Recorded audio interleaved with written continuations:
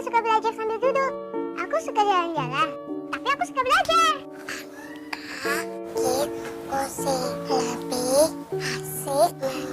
Setiap anak berhak memperoleh pendidikan tanpa perbedaan, termasuk anak dengan disabilitas. Aku tutup kuping, bukan nggak mau dengar sama Bu Guru, karena aku nggak tahan dengar soal teman-teman yang ribut.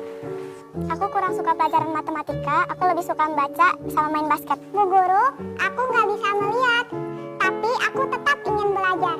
Di sekolah inklusif, kami para guru paham bahwa anak-anak berkebutuhan khusus mempunyai potensi untuk dikembangkan. Hanya saja cara belajar mereka yang berbeda. Seterusnya masuk kepada kaedah mengajar inklusif di Indonesia, yang mana pada peringkat tadika atau prasekolah, pelajar akan diperkenalkan dengan nombor asas bahasa dan keluarga. Pelajaran kognitif ini diajar secara langsung oleh guru-guru yang berkelayakan seperti guru bimbingan khas yang dibawa oleh kerajaan. Pendidikan inklusif ditambah baikkan dengan menggunakan bahasa komunikasi Sinalong Indonesia sehingga tercipta interaksi antara pelajar dan guru. Selain itu, terdapat terapi khas yang dilakukan oleh pelajar iaitu seminggu sekali bagi mengembangkan lagi potensi secara lebih baik dalam diri pelajar. Dan pada peringkat sekolah rendah pula, akan diajar mata pelajaran sains iaitu dengan mengajar tema bahagian-bahagian organ manusia dengan menggunakan gambaran atau poster.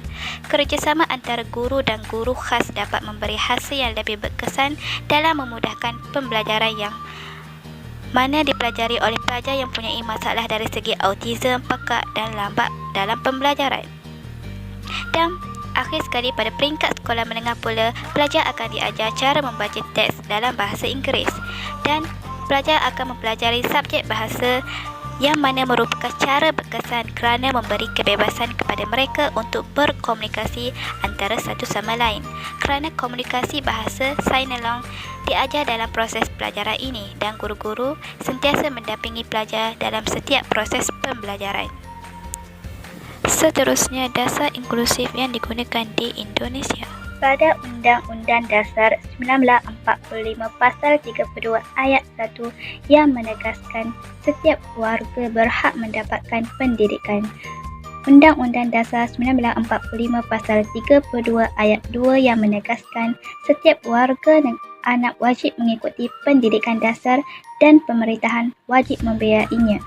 Undang-Undang Nombor 20 Tahun 2003 tentang Sistem Pendidikan Nasional Pasal 5 Ayat 1 yang menegaskan setiap warga negara mempunyai hak yang sama untuk memperoleh pendidikan yang bermutu.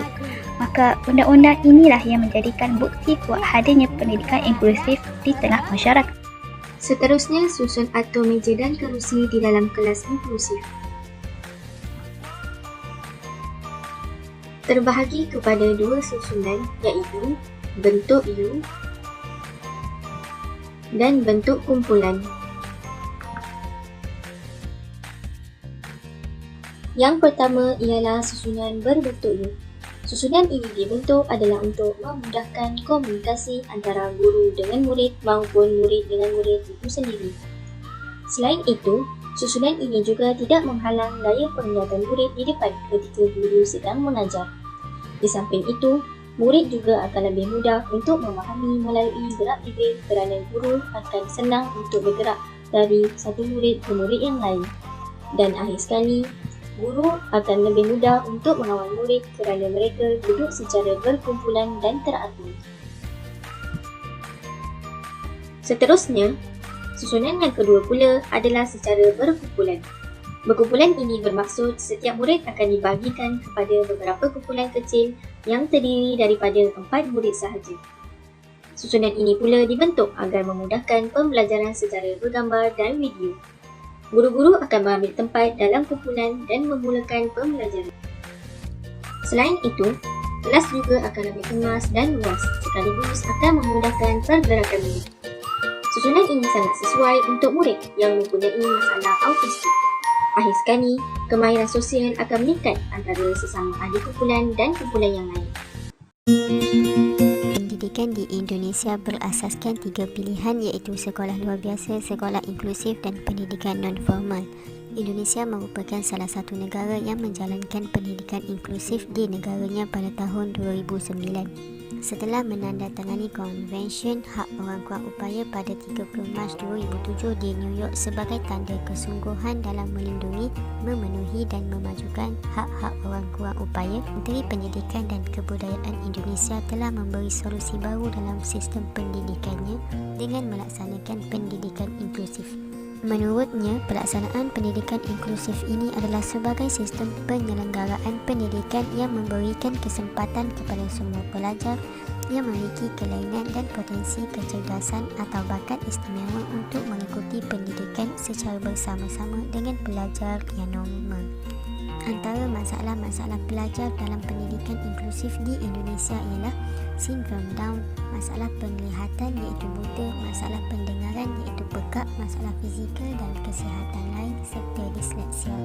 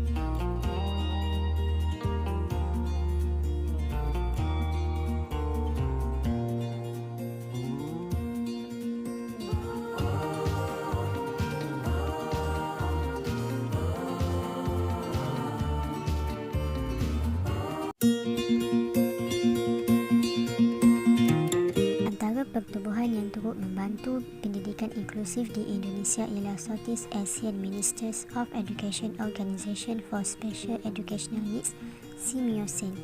Antara tujuan pertubuhan ini ialah untuk membantu meningkatkan keupayaan guru-guru membantu dalam penganjuran program dan seminar. Seterusnya, cadangan penambahbaikan pendidikan inklusif. Yang pertama, persiapan guru pelatih. Asas pedagogi dan kurikulum perlu diberikan kepada guru pelatih. Di samping itu juga, latihan kepada guru yang sedang berkhidmat perlu ditambah baik dengan menyediakan kursus-kursus yang memberikan pengetahuan asas dan panduan kepada semua guru untuk menyampaikan pengajaran kepada murid berkeperluan khas dalam kelas inklusif. Menurut Farley, Clayton dan Kaka 2018, pendidikan guru seharusnya menyediakan calon yang mampu melaksanakan strategi pengajaran yang pelbagai dan memenuhi keperluan murid, menjalankan penilaian yang bersesuaian, menilai secara kritis, membina nilai dalam pengajaran, membuat refleksi dan memperbaiki amalan pengajaran secara berterusan. Selain itu, pembangunan profesional diri guru. Guru sewajarnya membangunkan profesional diri secara berterusan dengan menimba ilmu pengetahuan baru serta menambah baik kaedah pengajaran yang sedia ada. Dengan wujudnya kemudahan teknologi pada masa kini, guru juga boleh mendapatkan pelbagai sumber pengetahuan dan mengasas kemahiran baru melalui laman sesawang, mengikuti kursus, seminar dan sebagainya. Menurut Aswaniza dan Rosyadah 2018 menyatakan bahawa latihan dan pengetahuan ini dapat meningkatkan tahap kesediaan dan menambah keyakinan dan efeksi diri yang tinggi kepada guru. Sokongan ibu bapa juga penting untuk penambahbaikan pendidikan inklusif. Hal ini kerana ianya merupakan dorongan dan pembakar semangat kepada guru, khususnya guru pendidikan khas untuk mengerahkan segala tenaga, kudrat serta kemahiran dalam mendidik dan melahirkan modal insan yang sejahtera dan berdikari.